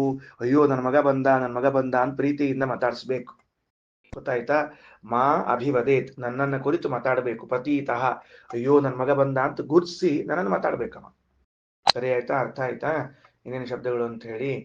ವೀತಮನ್ಯು ಗೌತಮ ಮಾಭಿ ನನ್ನನ್ನ ಕುರಿತು, ಮಾ ಅಭಿ ನನ್ನನ್ನ ಕುರಿತು, ಶಾಂತ ಸಂಕಲ್ಪ ಕೆಟ್ಟ ಮಾಡಬೇಕೆಂಬ ಇಚ್ಛಾ ಹೋಗಲಿ. ಸುಮನ ಪ್ರಸನ್ನ ಮನಸ್ಸಾಗಲಿ. ವೀತಮನ್ಯು ಸಿಟ್ಟು ಹೋಗಲಿ. ಹೇ ಮೃತ್ಯೋ ಎಲೆ ಯಮದೇವರೇ, ತತ್ಪ್ರಸೃಷ್ಟಂ ಮಾ ನಿನ್ನಿಂದ ಕಳಿಸಲ್ಪಟ್ಟ ನನ್ನನ್ನು ಪ್ರತೀತಃ ವದೇತ ಗುರ್ತಿಸಿ, ಓ ನನ್ನ ಮಗ ಬಂದ ತಿರುಗಿ ಅಂತ ಗುರ್ತಿಸಿ ಮಾತಾಡ್ಲಿ. ಏತತ್ರಯಾಣ ಪ್ರಥಮಂ ವರಂ ವೃಣೇ, ಇದು ಮೊದಲನೇ. ಸರಿ ಆಯ್ತಾ? ಮೊದಲನೇ ವರ ಕೇಳ್ತೀನಿ ಎಂದ. 10ನೇ ಮಂತ್ರದಲ್ಲಿ ಕೊಟ್ಟೆ ವರ ಅಂತಂದ್ರು. ಯಾರು ಕೊಟ್ಟೆ ವರ ಅಂತ ಯಾರಂದ್ರಪ್ಪ? ಯಮದೇವರು. ಯಥಾ ಪುರಸ್ತಾತ್ ಭವಿತಾ ಪ್ರತೀತಃ ಔದ್ದಾಲಕಿರ್ ಆರುಣಿರ್ಮತ್ ಪ್ರಸೃಷ್ಟಃ ಸುಖಂ ರಾತ್ರಿ ಶಯಿತಾ ವೀತಮನ್ಯು ತ್ವಾಂ ದದೃಶಿವಾನ್ ಮೃತ್ಯು ಮುಖಾತ್ ಪ್ರಮುಕ್ತಾಂ. ಯಥಾ ಪುರಸ್ತಾತ್ ಭವಿತಾ ಪ್ರತೀತಃ, ಹಿಂದೆ ಹೇಗೆ ನಿನ್ನ ತಂದೆ ನಿನ್ನನ್ನು ಗುರುತಿಸುತ್ತಿದ್ನೋ ಹಾಗೆ ಈಗೂ ನಿನ್ನನ್ನು ಗುರುತಿಸ್ತಾನೆ. ಪುರಸ್ತಾತ್ ಪ್ರತೀತಃ ಭವಿತಾ ತ್ವಂ, ಹಿಂದೆ ಮನೆಯಾಗಿದ್ದಾಗ ನಿಮ್ಮಪ್ಪ ನಿನ್ನೋಡಿ ನನ್ನ ಮಗ ಅಂತ ಹೆಂಗ್ ಗುರುತಿಸ್ತಿದ್ನೋ ಹಂಗ ಈಗ ಇವನು ಕೂಡ ಏನ್ ಮಾಡ್ತಾ ಈಗೂ ಕೂಡ ಗುರುತಿಸ್ತಾನ. ಯಾರವರು? ಔದ್ದಾಲಕಿ ಆರುಣಿಹಿ. ನೋಡ್ರಿ ಎಷ್ಟೆಷ್ಟು ಹೊಸ ಅಂಶಗಳು ಹೊರಗೆ ಬರ್ಲಿಕ್ಕತ್ತಾವ. ಮೊನ್ನೆ ಯಾರೋ ಕೇಳಿದ್ರು ವಾಜಸ್ರವಸ್ ಅಂತ ಹೆಸರು ಹೇಳಿ, ಅವ್ರ ಹೆಸರು ಹೇಳಿಕೆ ಏನ್ ಸಂಬಂಧದ ಅಂತ ಗೊತ್ತಾಗಿರ್ಲಿಲ್ಲ ಅಂತ. ಮುಂದಿನ ಮಂತ್ರಗಳು. ವಾಜಶ್ರವಸ್ ಎಂಬ ಋಷಿಯ ಮರಿಮಗನಾಗಿರುವಂಥವನು ಯಾರು? ಈತ ಉದ್ದಾಲಕ ಅಂತ. ಈಗ ಯಾರ ಮಗ ಅಂತ ಹೇಳಿಕತ್ತಾರ ಅಂದ್ರೆ ಬಹಳ ವಿಚಿತ್ರ ಏನು ಅಂದ್ರೆ, ಉದ್ದಾಲಕನ ಅಪ್ಪನ ಹೆಸರು ಉದ್ದಾಲಕ ಅಂತ ಇತ್ತಂತ. ಉದ್ದಾಲಕನ ಫಾದರ್ ನೇಮ್ ಇಸ್ ಉದ್ದಾಲಕ, ಮತ್ತ ಮಗನ ನೇಮ್ ಏನು ಅಂದ್ರೆ ಉದ್ದಾಲಕ. ಹಂಗೆಂಗ್ರಿ ಆಚಾರ? ಅಪ್ಪನ ಹೆಸರು ಉದ್ದಾಲಕ, ಮಗನ ಹೆಸರು ಉದ್ದಾಲಕ ಅಂತ ಹೆಂಗ್ ಇಟ್ಕೋತಾರ? ಹೌದಿಲ್ಲೋ? ಪ್ರಶ್ನೆ ಬರ್ತದಿಲ್ಲ ಹಂಗ ಉದ್ದಾಲಕ ಅಂತ ಹೆಂಗ್ ಬಂತು ಅಂತ ಹೇಳಿ. ಒಬ್ಬೊಂದು ಅಸಲ್ ಹೆಸರು, ಎರಡನೇದ್ದು ಕೆಲಸಕ್ಕಾಗಿ ಬಂದ ಹೆಸರು ಅವನಿಗೆ. ಆರುಣಿಹಿ ಅಂತದ. ಆರುಣಿಹಿ ಅಂದ್ರೆ ಅರುಣಾಪುತ್ರ ಅಂತ ಅರ್ಥ. ಅರುಣ ಅಂತ ಬಗ್ಗೆ ಮಗಳು ಅಂದ್ರ ಈ ಉದ್ದಾಲಕ ಅಂತೇನ ಮಗ ಇದ್ದ ನೋಡ್ರಿ, ಇವನಿಗೆ ಖರೆ ಇಟ್ಟ ಹೆಸರು ಅಪ್ಪನ ಹೆಸರು ಬೇರೆ ಇತ್ತು. ಅಪ್ಪನ ಹೆಸರು ಏನಿತ್ತು ಅಂತ ಕೇಳಿದ್ರೆ ಉದ್ದಾಲಕ ಅಂತಂದು ಅವ್ರ ಗುರುಗಳು ಕರೆದ್ರು, ಅವಂಗ ಧೌಮ್ಯಾಚಾರ್ಯ ಕರೆದ್ರು. ಧೌಮ್ಯಾಚಾರ್ಯರಲ್ಲಿ 3 ಮಂದಿ ವಿದ್ಯಾರ್ಥಿಗಳಿದ್ರು. ಉತ್ತಂಕ, ಬೈದ, ಇವನ ಹೆಸರು ಒಂದೇನೋ ಬೇರೆ ಅದ. ಆಮೇಲೆ ಅವ್ನ ಉದ್ದಾಲಕ ಅಂತ ಹೆಸರು ಬಂತು ಅಂತದ. ಹಿಂಗ ಧೌಮ್ಯಾಚಾರ್ಯರ ಗುರುಕುಲದಲ್ಲಿ ಇದ್ದಾಗ ಗುರುಗಳು ಅವನ ಪ್ರೀತಿಯಿಂದ ಅವನು ಮಾಡಿದ ಕೆಲಸವನ್ನು ನೋಡಿ ಕರೆದದ್ದಕ್ಕೆ ಅವ ಏನಾಗ್ಯಾನ, ಉದ್ದಾಲಕ ಆಗ್ಯಾನ. ಅದಕ್ಕೆ ತನ್ನ ಮಗಗೆ ಏನ್ ಹೆಸರಿಟ್ಟಿದ್ದ ಅಂತಂದ್ರೆ, ನಮ್ ಗುರುಗಳು ನನ್ನ ಪ್ರೀತಿಯಿಂದ ಕರೆದ ಹೆಸರು ನಿನಗಿರ್ಲಿ ಅಂತ ಕರೆದಿದ್ದ. ಅರ್ಥವಾಯ್ತಾ ಈಗ? Okay, done. ಔದ್ದಾಲಕಿ, ಔದ್ದಾಲಕಿ ಉದ್ದಾಲಪುತ್ರ. ಆರುಣಿ, ಅರುಣೆಯ ಮಗನಾಗಿರುವಂಥವನು. ಮತ್ ಪ್ರಸೃಷ್ಟ, ನನ್ನಿಂದ ಕಳಿಸಲ್ಪಟ್ಟವನಾಗಿ ನಾನೇ ನಿನ್ನ ಕಳಿಸ್ತೀನಿ. ಆಗ ಅವನ ನಿನ್ನ ಮೊದಲಿನಂಗ ನೋಡ್ತಾನೆ. ಸುಖಂ ರಾತ್ರಿ ಶಯಿತ ವೀತಮನ್ಯು, ಸಿಟ್ಟು ಕಳ್ಕೊಂಡು ರಾತ್ರಿಯಲ್ಲಿ ಹಾಯಾಗಿ ನಿದ್ದೆ ಮಾಡ್ತಾನೆ. ಇನ್ನೊಬ್ಬರ ಮೇಲೆ ಸಿಟ್ಟಿದ್ರೆ ರಾತ್ರಿ ಚಲೋ ನಿದ್ದೆ ಬರಂಗಿಲ್ರಿ. ಬರ್ತದೆ ನಿದ್ದೆ? ಚಲೋ ನಿದ್ದೆ ಬರೋದಿಲ್ಲ ರಾತ್ರಿ ಹೊತ್ತಿನ, ಕೆಟ್ಟ ನಿದ್ದೆ ಬರ್ತದೆ. ಅದಕ್ಕೆ ತ್ವಾಂ ದದರ್ಶಿವಾನ್ ಮೃತ್ಯು ಮುಖಾತ್ ಪ್ರಮುಕ್ತಂ, ಮರಣದ ಮುಖದಿಂದ ಹಿಂತಿರುಗಿದವನ ನಿನ್ನನ್ನು ನೋಡ್ತಾನ, ಮೊದ್ಲಿನಂಗ ಗುರ್ತಿಸ್ತಾನ. ಅಂದ್ರೆ ಏನಾತೀಗ, ಅವ ನಚಿಕೇತ ದೇಹತ್ಯಾಗ ಮಾಡಿ ಯಮನ ಮನೆಗೆ ಬಂದು ವರ ತಗೊಂಡು ಮುಂದೆಲ್ಲ ಪ್ರವಚನ ಕಾರ್ಯಕ್ರಮ ಮುಗಿಸ್ಕೊಂಡು ಮಂತ್ರಾಕ್ಷತಿ ಪ್ರಸಾದ ತಗೊಂಡು ತಿರುಗಿ ಮನೆಗೆ ಹೋಗ್ತಾನವ. ನಾವ್ ಹೆಂಗ್ ಮನೆಗೆ ಹೋಗ್ತೀವಿ ಹಂಗ. ಆ ಹೋದಾಗ ಅಪ್ಪ ಇವ ನನ್ ಮಗ ಅಂತ ಗುರ್ತಿಸಿ ಏನೂ ಸಿಟ್ಟು ಮಾಡ್ಕೊಳ್ಳಾರ್ದ, ಮತ್ತೊಂದ್ ಮಾತಾಡ್ಕೊಳ್ಳಾರ್ದ ಅವಶ್ಯ ಪ್ರೀತಿಯಿಂದ ಮಾಡ್ತಾನ, ವೆಲ್ಕಮ್ ಮಾಡ್ತಾನ ಅಂತ 10ನೇ ಮಂತ್ರದ ತಾತ್ಪರ್ಯ. ಅದಕ್ಕೆ ಆಚಾರ್ಯರು ಮತ್ತೆ ಭಾಷ್ಯ ಬರೆದ್ರು. ಏನು, ಒಟ್ಟ 3 ವರ ಕೇಳ್ಕೊಂಡ ಅಂತ ಹೇಳಿದ್ರಲ್ಲ, ಏನ್ 3 ವರ ಕೇಳ್ಕೊಂಡ? ಸೌ ಮನಸ್ಯಂಪಿತುಶ್ಚೈವ ನಾಚಿಕೇತಾಗ್ನಿಗಂ ಹರಿಂ ಮುಕ್ತೆ ಸ್ಥಿತಂಚ ತಂ ವಿಷ್ಣುಂ ಇತಿ ಪ್ರಾದಾದ್ ವರತ್ರಯಂ. ಕಂಟಿನ್ಯೂಷನ್ ಅದ 19ನೇ ಪೇಜ್ ಒಳಗ ಈ ಮಂತ್ರ ಮುಗಿದು ಕೂಡಲೇ ಭಾಷ್ಯದ. ಸೌಮನಸ್ಯಂ ಪಿತುಹು, ತಂದೆ ಶಾಂತ ಮನಸ್ಸುಳ್ಳವನಾಗಬೇಕು. ನಾಚಿಕೇತಾಗ್ನಿಗಂ ಹರಿಂ, ನಾಚಿಕೇತಾಗ್ನಿಯಲ್ಲಿ ಇರುವ ಭಗವಂತನ ಸ್ವರೂಪವನ್ನ. ಮುಕ್ತೇ ಸ್ಥಿತಂಚ ತಂ ವಿಷ್ಣುಂ, ಮುಕ್ತರಿಗೆ ನಿಯಾಮಕನಾಗಿರುವಂತಹ ಭಗವಂತನನ್ನು ತಿಳಿಸಿರಿ. ಇತಿ ಪ್ರಾದಾದ್ ವರತ್ರಯಂ, ಈ 3 ವರಗಳನ್ನ ಯಮದೇವರು ಕೊಟ್ರು. ಅಂದ್ರೆ ನಚಿಕೇತನು ಯಮದೇವರ ಹತ್ರ ಕೇಳ್ತಾನ, ಸ್ವಾಮಿ, ಮೊದಲನೇದ್ದು ನನ್ನ ತಂದೆ ನನ್ನ ವಿಷಯದಲ್ಲಿ ಕೋಪರಹಿತರಾಗಲಿ. ಎರಡನೇದ್ದು, ನನ್ನ ತಂದೆ ಸ್ವರ್ಗವನ್ನ ಬಯಸಿ ಅಗ್ನಿಯ ಯಾಗವನ್ನ ಮಾಡಿದ್ರವರು, ಆ ಆಕಳ ಪಾಕಳ ದಾನ ಕೊಟ್ರು. ಅವ್ರಿಗೆ ಆ ಯಜ್ಞದ ಬಗ್ಗೆ ಸರಿಯಾಗಿ ತಿಳುವಳಿಕೆ ಇರ್ಲಿಲ್ವೋ ಏನೋ, ಅದಕ್ಕೆ ಹಿಂಗಾಗಿರ್ಬಹುದು. ಅದಕ್ಕೆ ಅಗ್ನಿ ಯಜ್ಞ ನಿಯಾಮಕನಾದ ಭಗವಂತ ಅದ್ರ ಬಗ್ಗೆ ವಿವರಣೆ ಕೊಡ್ರಿ, ನಾ ಮತ್ತೆ ಹೋಗಿ ಮಾಡಿಸ್ತೀನಿ ನಮ್ಮ ಅಪ್ಪಗೆ ಯಜ್ಞನ ಮಾಡಿಸಿ ಆ ಮೂಲಕವಾಗಿ ನನ್ನ ತಂದೆಯನ್ನು ಸ್ವರ್ಗಕ್ಕೆ ಕಳಿಸ್ತೇನೆ ನಾನು. ಅದಕ್ಕೆ ಅದನ್ನ ಹೇಳ್ರಿ. ಮೂರನೇದ್ದು ವೈಯಕ್ತಿಕ, ನನಗೆ ಏನ್ ವೈಯಕ್ತಿಕ ನಿನಗೆ ಅಂತ ಕೇಳಿದ್ರೆ, ಮುಕ್ತ ನಿಯಾಮಕನಾಗಿ ಭಗವಂತನು ಇರುತ್ತಾನೆ ಅಂತ ಕೇಳಿದ್ದೇವೆ. ಆ ಮುಕ್ತ ನಿಯಾಮಕನಾದ ಭಗವದ್ ರೂಪದ ಬಗ್ಗೆ ನಮಗೆ ತಿಳಿಸ್ರಿ. ಬಹಳ ಚಂದ ವಿಷಯ ಇದು. ಕೊನೆಯದು ಬಹಳ ಮಹತ್ವದ್ದರಿ, ಉಳಿದದ್ದೆಲ್ಲ ನಡೀತಿರ್ತಾವ. ಯಾಕಂದ್ರ ಮುಕ್ತ ನಿಯಾಮಕನಾದ ಭಗವಂತನ ಸ್ವರೂಪದ ಉಪದೇಶ ಅಂತ ಅನ್ನೋದು ತುಂಬಾ ಮಹತ್ವದ್ದು.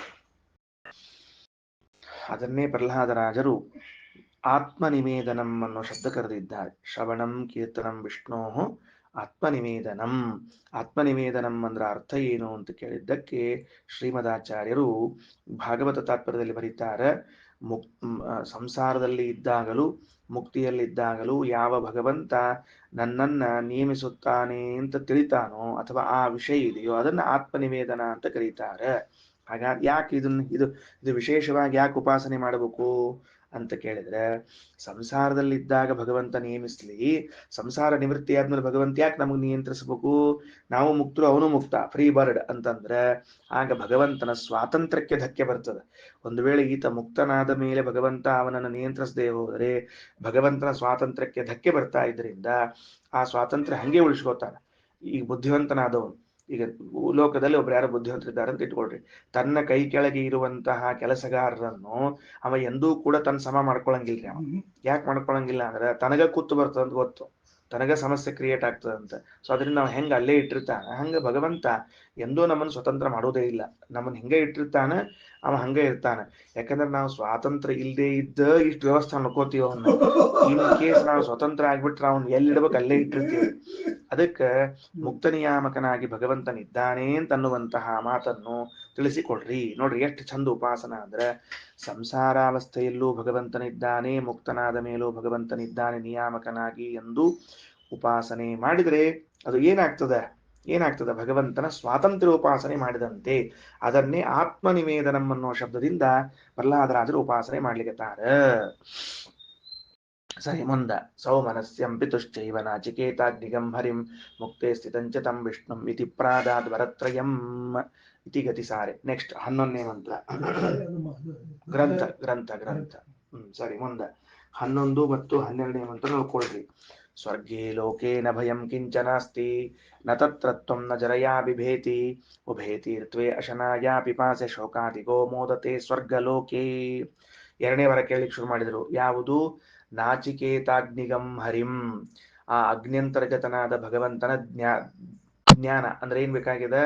ಯಾವ ಯಜ್ಞವನ್ನ ಮಾಡಿಸುವುದರಿಂದ ನಚಿಕೇತನು ತನ್ನ ತಂದೆಯನ್ನು 1 ಮನ್ವಂತರಗಳ ಕಾಲ ಸ್ವರ್ಗಕ್ಕೆ ಕಳಿಸಿ ತದುತ್ತರ ಕಾಲದಲ್ಲಿ ವೈಕುಂಠಕ್ಕೆ ಕಳಿಸುವನಿದ್ದಾನೋ ಆ ಅಗ್ನಿಯನ್ನು ತಿಳಿದುಕೊಳ್ಳಬೇಕು ಅಂತ ಕೇಳ್ತಿದ್ದಾನೆ.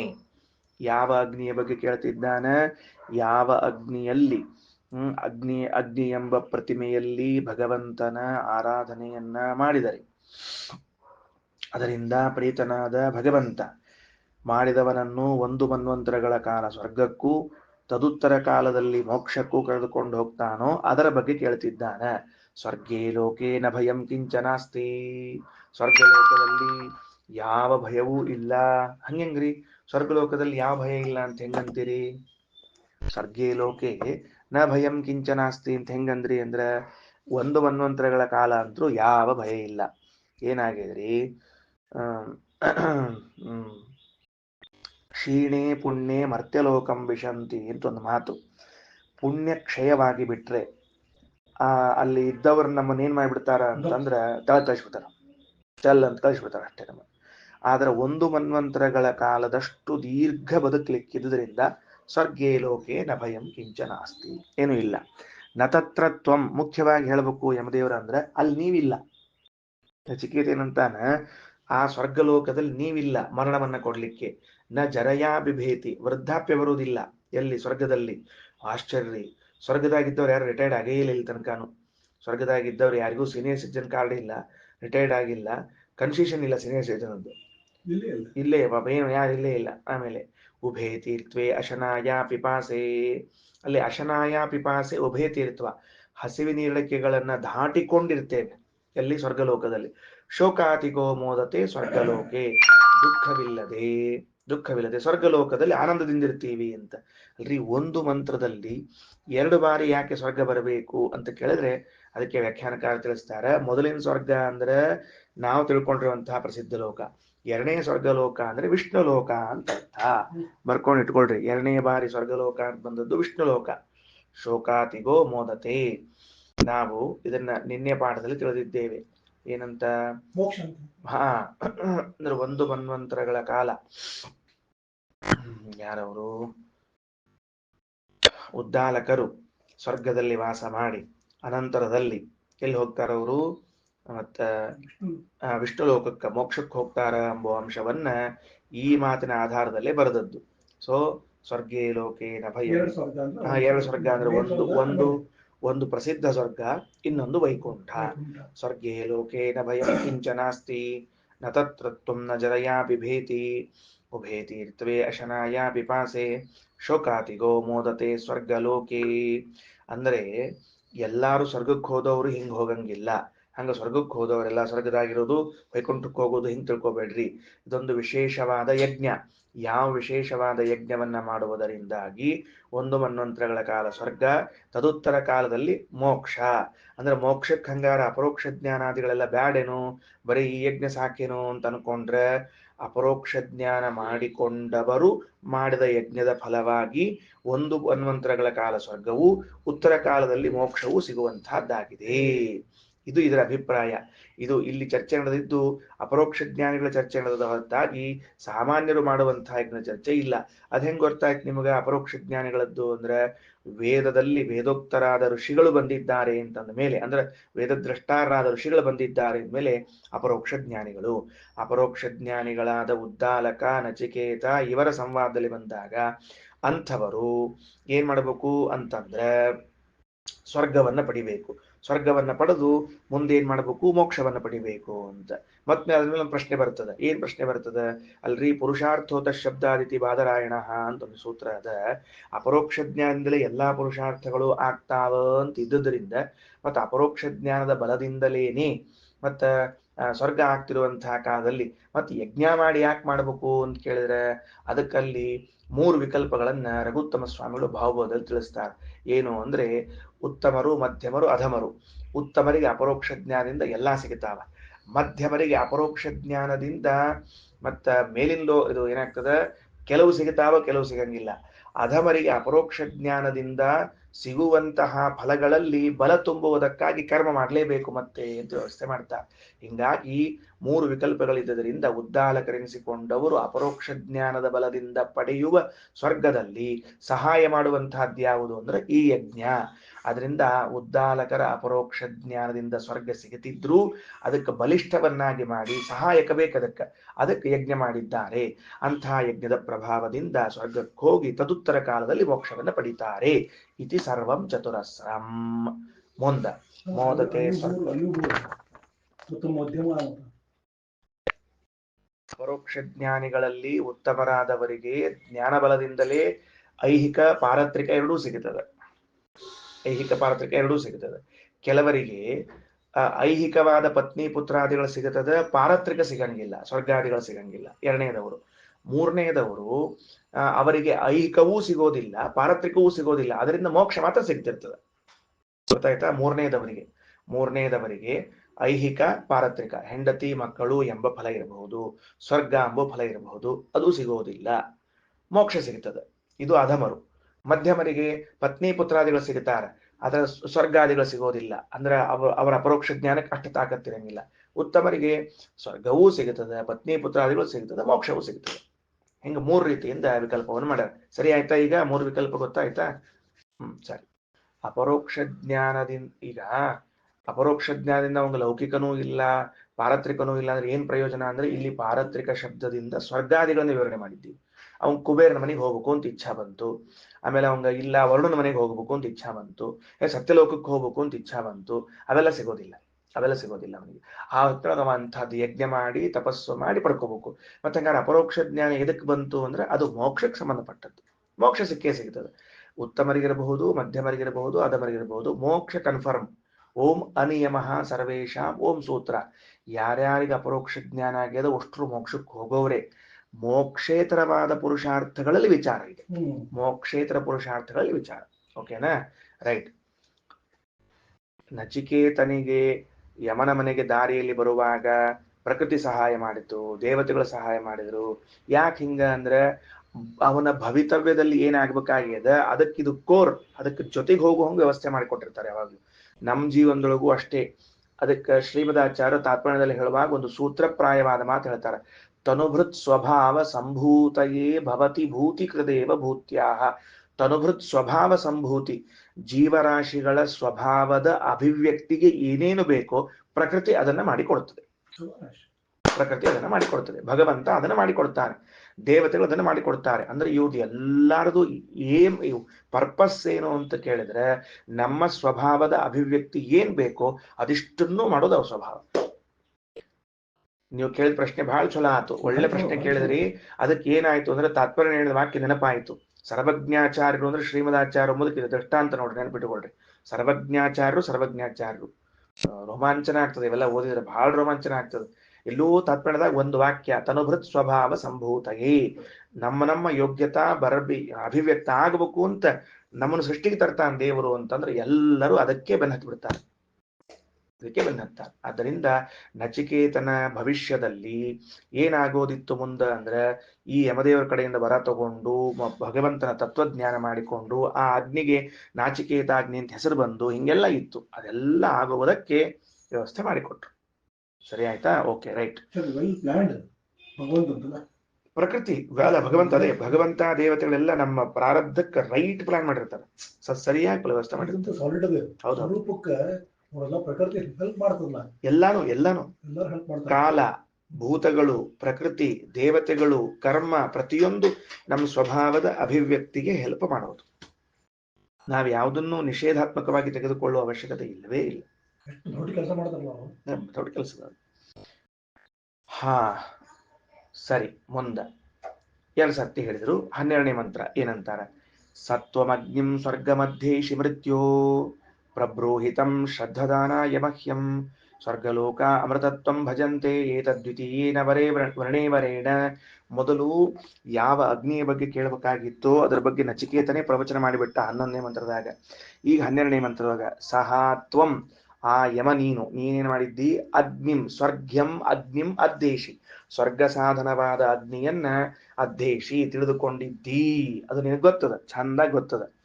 ಅದಕ್ಕೆ ಹೇ ಮೃತ್ಯೋ, ಹೇ ಮೃತ್ಯೋ ಅಂತನ್ನೋದು ಯಮದೇವರಿಗೆ ಸಂಬೋಧನಾ.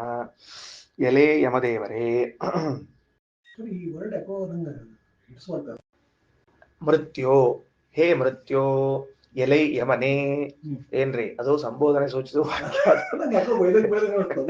ಹೇ ಯಮ, ಸತ್ವಂ ಅಂತಹ ನೀರು, ಸ್ವರ್ಗ್ಯಂ ಅಗ್ನಿಂ ಸ್ವರ್ಗ ಸಾಧನವಾದ ಅಗ್ನಿಯನ್ನು ಅಧ್ಯೇಶಿ ತಿಳಿದುಕೊಂಡಿದ್ದಿ.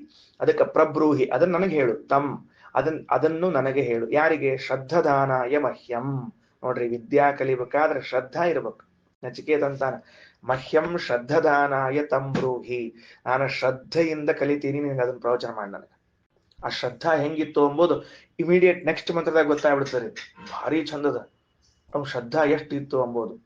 ಸ್ವರ್ಗ ಲೋಕ ಅಮೃತತ್ವಂ ಭಜಂತಿ, ಯಾಕಂದ್ರ ಆ ಜ್ಯೋತಿಷ್ಠೋಮ ಅಗ್ನಿಯಲ್ಲಿರುವಂತಹ ಭಗವಂತನನ್ನು ತಿಳಿದವನು ಸ್ವರ್ಗಲೋಕಾಹ, ಮೊದಲು ಸ್ವರ್ಗದಲ್ಲಿದ್ದು, ಅಮೃತತ್ವಂ ಭಜಂತೆ ಮುಂದೆ ಮೋಕ್ಷವನ್ನು ಹೊಂತಾರೆ.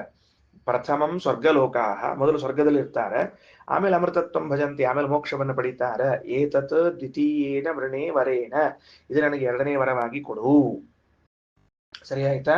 ಏತದ್ ದ್ವಿತೀಯೇನ ವೃಣೇ ವರೇಣ ಅಂದ್ರೆ ಅಗ್ನಿಯ ಬಗ್ಗೆ ಪರಿಚಯ ಮಾಡಿಸು. ಯಾವ ಅಗ್ನಿ? ನಮ್ಮ ಅಪ್ಪಗೆ ಸ್ವರ್ಗ ಸಾಧನ ಮೋಕ್ಷ ಸಾಧನ ಆಗ್ತದೆ ಅಂತಹದ್ದು. ತೆಳಗೆ ತಗೊಳ್ರಿ.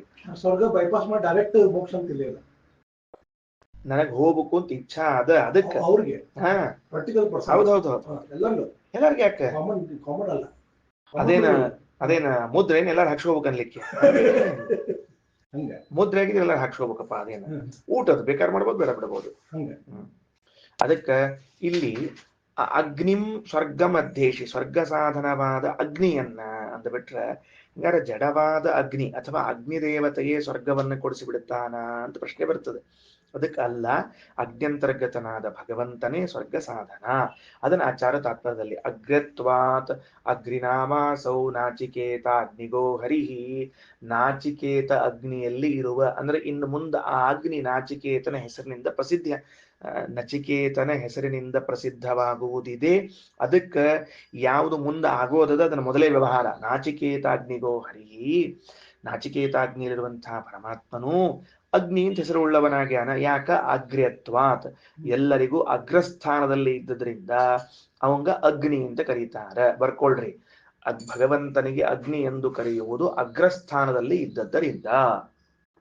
ಈಗ ಮೊನ್ನೆ ನಾನು ಪ್ರಾತಃ ಸಂಕಲ್ಪ ಗದ್ದೆ ಹೇಳುವಾಗ, ಮೊನ್ನೋ ನಿನ್ನೋ ಯಾವಾಗ ಹೇಳುವಾಗ, ಋಗ್ಭಾಷ್ಯದ ವಿಚಾರ ಹೇಳ್ತಿರುವಾಗ ಆಚಾರ್ಯರು ವೇದಗಳಿಗೆ ಅಪೂರ್ವ ವ್ಯಾಖ್ಯಾನ ಮಾಡಿದ್ದಾರೆ ಅಂತ ಹೇಳಿ, ಯಾಕ ಅಗ್ನಿಮೀಣೆ ಪುರೋಹಿತಂ ಅನ್ನುವುದು ಮೊದಲು ಅಗ್ನಿ ಅಂತ ಬಂತು, ಅದೇ ಹೆಸರು ಯಾಕೆ ಬರ್ಬೇಕಾಯ್ತು ಅಂದ್ರೆ, ಇಲ್ಲಿ ನೋಡ್ರಿ, ಅಗ್ರತ್ವಾತ್ ಅಗ್ನಿನಾಮಾಸೌ, ಎಲ್ಲರಲ್ಲೂ ಅಗ್ರಸ್ಥಾನದಲ್ಲಿರುವಂತಹವನು ಪರಮಾತ್ಮನಾದದ್ದರಿಂದ ಎಲ್ಲರಲ್ಲಿ ಅಗ್ರಸ್ಥಾನದಲ್ಲಿದ್ದ ಭಗವಂತನನ್ನ ಸ್ತುತಿಸ್ಲಿಕ್ಕೆ ಅಗ್ನಿ ಮೀಳೆ ಪುರೋಹಿತಂ ಯಜ್ಞಸ್ಯ ದೇವ ಮೃತ್ಯುಜಂ ಅಂತ ಅಗ್ನಿ ಸೂಕ್ತದಿಂದ ಪ್ರಾರಂಭ ಆಗಿದೆ ಅಂತ ಶ್ರೀಮದಾಚಾರ್ಯ ವ್ಯಾಖ್ಯಾನ ಮಾಡ್ತಾರೆ.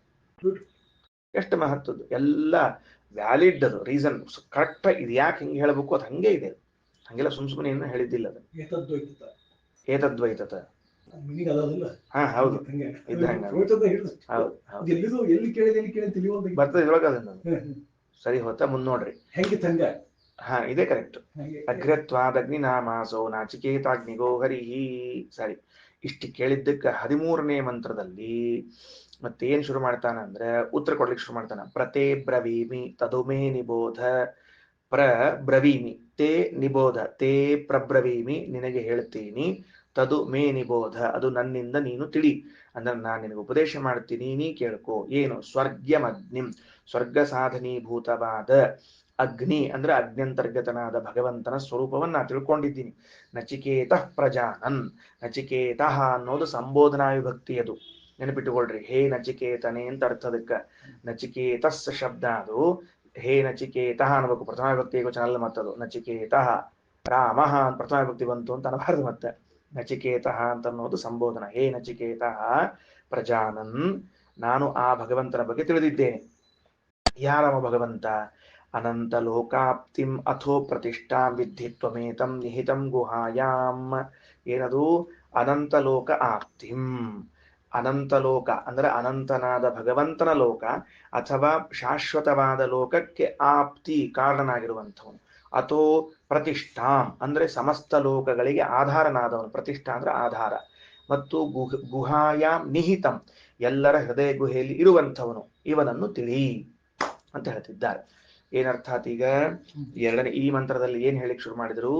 ಹೇ ನಚಿಕೇತ, ಎಲೆ ನಚಿಕೇತನೆ, ನಾನು ಆ ಸ್ವರ್ಗ ಸಾಧನವಾದ ಅಗ್ನಿ, ಅಗ್ನ್ಯಂತರ್ಗತನಾದ ಪರಮಾತ್ಮ ಇಬ್ಬರ ಬಗ್ಗೆಯೂ ಚೆನ್ನಾಗಿ ತಿಳಿದಿದ್ದೇನೆ.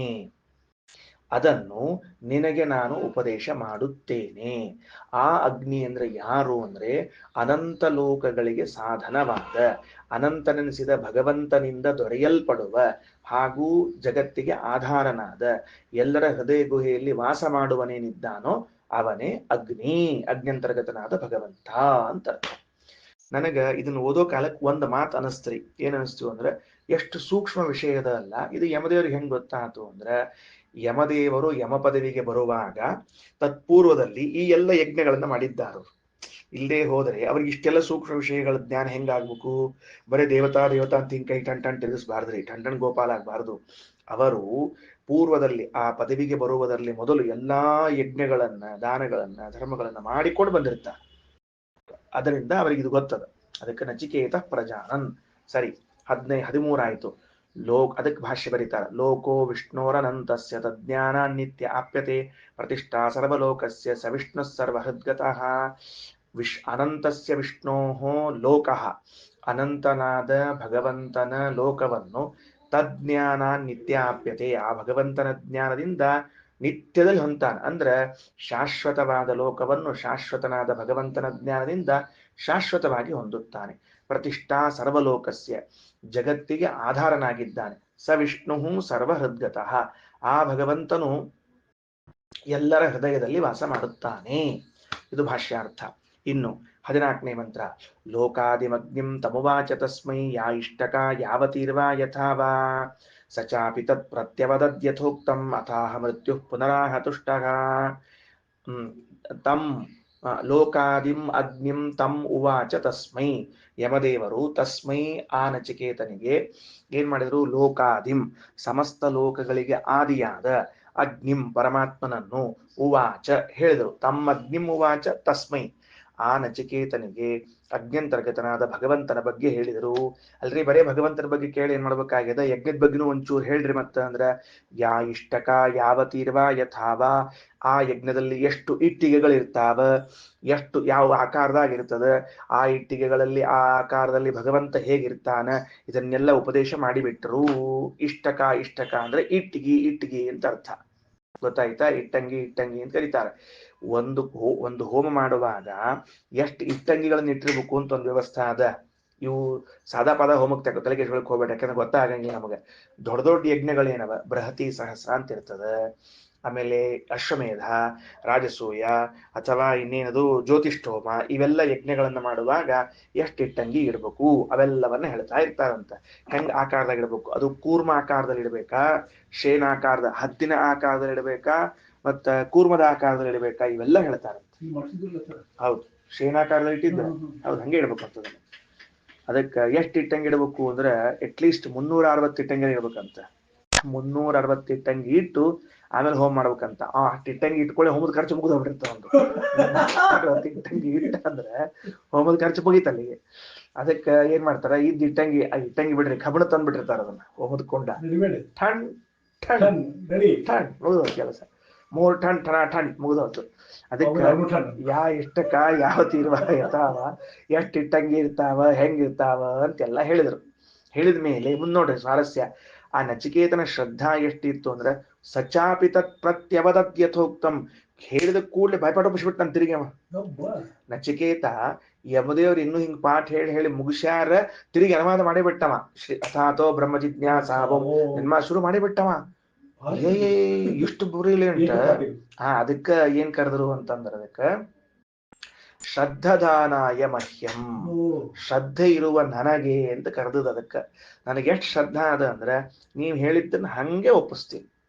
ಕೆಲವರು ಗುರುಗಳ ಪಾಠ ಹೇಳಿದ್ಮೇಲೆ ತಿರುಗಿ ಕೇಳಿದ್ರೆ, ಅಲ್ರಿ ಆಚಾರ ನಿಮಗ ನೆನಪು ಉಳಿದಿಲ್ಲ, ನಮಗ್ ಹೆಂಗ್ ಕೇಳೋರು ಅಂತ ಇಷ್ಟು ಶ್ರದ್ಧಾವಂತರಿರ್ತಾರೆ. ಆಚಾರ ನೀವು ಪಾಠದಾಗ ಏನೇನೋ ಹೇಳಿದ್ರಲ್ಲ, ಅಂದ್ರೆ ಏನ್ ಹೇಳಿದ್ರೆ ತಾವ್ ಗೊತ್ತಿಲ್ಲ, ಹಿಂಗೊಂದ್ ಏನೋ ಹೇಳಿದಂಗಿತ್ತು, ಅದಾದ್ಮೇಲೆ ಇನ್ನೊಂದ್ ಏನೇನೋ ಹೇಳಿದ್ರಲ್ಲ ಅಂತ ಹಿಂಗ್ ಕೇಳ್ತಿರ್ತಾರೆ. ಅಂದ್ರೆ ಎಷ್ಟು ಶ್ರದ್ಧಾದಿಂದ ಕೇಳ್ಯಾರ ಅಂತ ಅರ್ಥ ಆಗ್ತದೆ ಅದಕ್ಕೆ. ಅದಕ್ಕೆ ಸಚಾಪಿ ತತ್ ಪ್ರತ್ಯವದತ್ ಯಥೋಕ್ತಂ ಅತಾಹ ಮೃತ್ಯು ಪುನರಾಹ ತುಷ್ಟಃ. ಅದಾದ ಕೂಡಲೇ ಯಮದೇವರಿಗೆ ಸಂತೋಷ ಆಗ್ಬಿಡ್ತು. ಇಂಥ ವಿದ್ಯಾರ್ಥಿ ಇರ್ಬೇಕು. ಹೆಂಗ್ ಗುರುಗಳಿಗೆ ಏನ್ ಸಂತೋಷ ಆಗ್ಬಿಡ್ರಿ, ಹೇಳಿದ ಕೂಡಲೇ ತಕ್ಷಣ ಕೇಳ್ಬಿಟ್ರೆ ಭಾರಿ ಖುಷಿ ಆಗ್ಬಿಡ್ತದ. 20 ವರ್ಷ ಸುಮಧ್ವಜನೆ ಮುಗಿದ್ರಂಗಿಲ್ಲ ಕೆಲವರಿಗೆ. ಸುಮಧ್ವಜ 20 ವರ್ಷ ಯಾಕ 1008 ಶ್ಲೋಕ ಆಗ್ಬೇಕಲ್, ಮತ್ತೆ ತಯಾರಿ ಮಾಡಿಸಿ ಆಚಾರ ಮಗ ಆಚಾರ ಮೊಮ್ಮಗ 3 ಮಂದಿ ಕಡೆಗೂ ಸುಮಧ್ವಜ ಹೋಗ್ತಿರ್ತಾರ.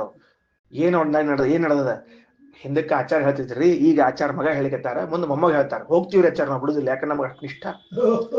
ಇಂಥ ಶಿಷ್ಯನ್ ಕಟ್ಕೊಂಡ್ ನಾವು ಗುರು ನದ್ಯಾಗ ಮುಳುಗೋದೆಲ್ಲ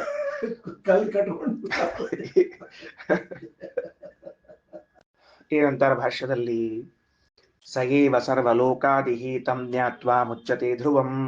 ಆ ಅಗ್ನಿಯಲ್ಲಿ ಇರುವಂತಹ ಭಗವಂತನೇ ಸಮಸ್ತ ಲೋಕಗಳ ಆದಿ. ಅದಕ್ಕೆ ಲೋಕಾದಿಂ ಅಗ್ನಿಂ ಅಂತ ಶಬ್ದ.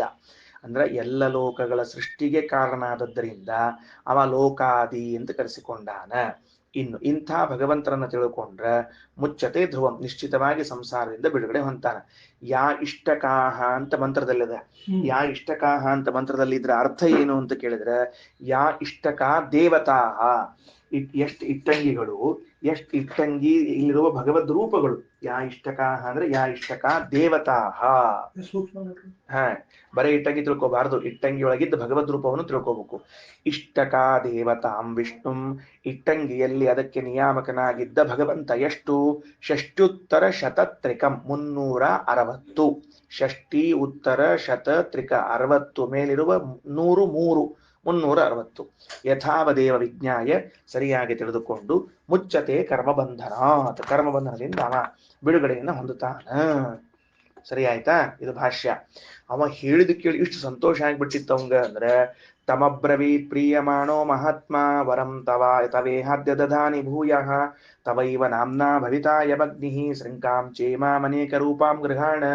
ನಚಿಕೇತ, ಇಲ್ವಾ ನೋಡು, ಆ 3 ಕೊಡ್ತೀನಿ ಅಂತ ಹೇಳಿದ್ನಲ್ಲ ವರ, ಬಿಟ್ಬಿಡೋದು, 2ನೇದು ಬಿಟ್ಬಿಡು. ಈಗ 3ನೇದೊಂದು ನಿಂಗೆ ಎಕ್ಸ್ಟ್ರಾ ಕೊಡ್ತೀನಿ, ಅಂದ್ರೆ 4ನೇ ವರ ಕೊಡ್ತೀನಿ ನಿಂಗೆ. ಏನು? ತಮ್ ಅಬ್ರವೀತ್ ಪ್ರೀಯಮಾಣ ಮಹಾತ್ಮ, ಸಂತುಷ್ಟನಾದ ಯಮದೇವರು ಹೇಳಿದ್ರು, ತವ ಇಹ ಅದ್ಯ ಭೂಯಃ ವರಂ ದದಾಮಿ, ಮತ್ತೊಂದು ಎಕ್ಸ್ಟ್ರಾ ವರ ಕೊಡ್ತೀನಿ ನಿನಗೆ, ಹೆಚ್ಚಿಂದು. ಏನ್ ಎಕ್ಸ್ಟ್ರಾ ವರ ಕೊಡ್ತಾನ? ತವೈವ ನಾಮ್ನ ಭವಿತಾಯ ಅಗ್ನಿ, ಈ ಅಗ್ನಿಗೆ ಇನ್ನು ಮುಂದೆ ನಿನ್ ಹೆಸರು ಬರ್ಲಿ. ನಾಚಿಕೇತಾಗ್ನಿ ಅಂತ ಆಯ್ತು. ಇಷ್ಟು ದಿವಸದ ಏನಿತ್ತು, ಜ್ಯೋತಿಷ್ಠೋಮಾಗ್ನಿ ಅಂತ ಹೆಸರಿತ್ತು. ಜ್ಯೋತಿಷ್ಠೋಮ ಅಂತಿದ್ದ ಅಗ್ನಿಗೆ ನಾಚಿಕೇತಾಗ್ನಿ ಅಂತ ಕರೀಲಿಕ್ಕೆ ಶುರು ಮಾಡ್ಬಿಟ್ರಿ. ಅಂದ್ರೆ ಎಂಥ ವರ ಕೊಡುವ ಸಾಮರ್ಥ್ಯ ಅದ ಯಮದೇವರಿಗೆ. ಲೋಕದಲ್ಲಿ ಪ್ರಸಿದ್ಧವಾದ ಒಂದು ಅಗ್ನಿಗೆ ಇನ್ನೊಂದು ಹೆಸರಿಡಬಹುದು ಅನ್ನೋ ಅಷ್ಟು ಸಾಮರ್ಥ್ಯ ಅದ ಅಂದಮೇಲೆ ತತ್ವಾಭಿಮಾನ ದೇವತೆಗಳು ಬಹಳ ಪವರ್ಫುಲ್ ಇದ್ದಾರೆ ಅಂತ ಅರ್ಥ. ಅಷ್ಟೇ ಅಲ್ಲ, ಶೃಂಕಾಂ ಚೇಮಾಂ ಅನೇಕ ರೂಪಾಂ ಗೃಹಾಣ, ಒಂದು ಬಂಗಾರದ ಹಾರವನ್ನ ಕೊಟ್ಟ, ಕುತ್ತಿಯೊಳಗೆ ಹಾಕೋ ನೀನು ಅಂತ. ಅಲ್ರಿ ಹೇಳಿದ ಹಾರ ಅಂತ ತಿಳ್ಕೊಂಡು, ಶೃಂಕಾಂ ಅಂದ್ರೆ ಹಾರ, ಇಮಾಂ ಇದನ್ನು, ಅನೇಕ ರೂಪಾಂ ಅಂದ್ರೆ ಬಂಗಾರ ಅಂತ ಅರ್ಥ. ಅನೇಕ ರೂಪಾಂ ಶೃಂಕಾಂ ಇಮಾಂ ಗೃಹಾಣ, ಬಂಗಾರದ ಹಾರವನ್ನ ತೆಗೆದುಕೋ ಅಂತ ಕೊಟ್ಟ.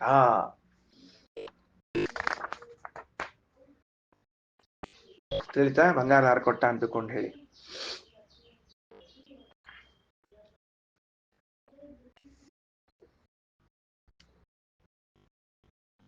ಹಾ ಸರಿ, ಇನ್ನೊಂದು ಮಂತ್ರ ನೋಡಿ ನಿಲ್ಲಿಸ್ಕೋಣ ಅಂತ, ಮತ್ ಮಧ್ಯಾಹ್ನ ಮಾಡೋಣ ಅಂತ.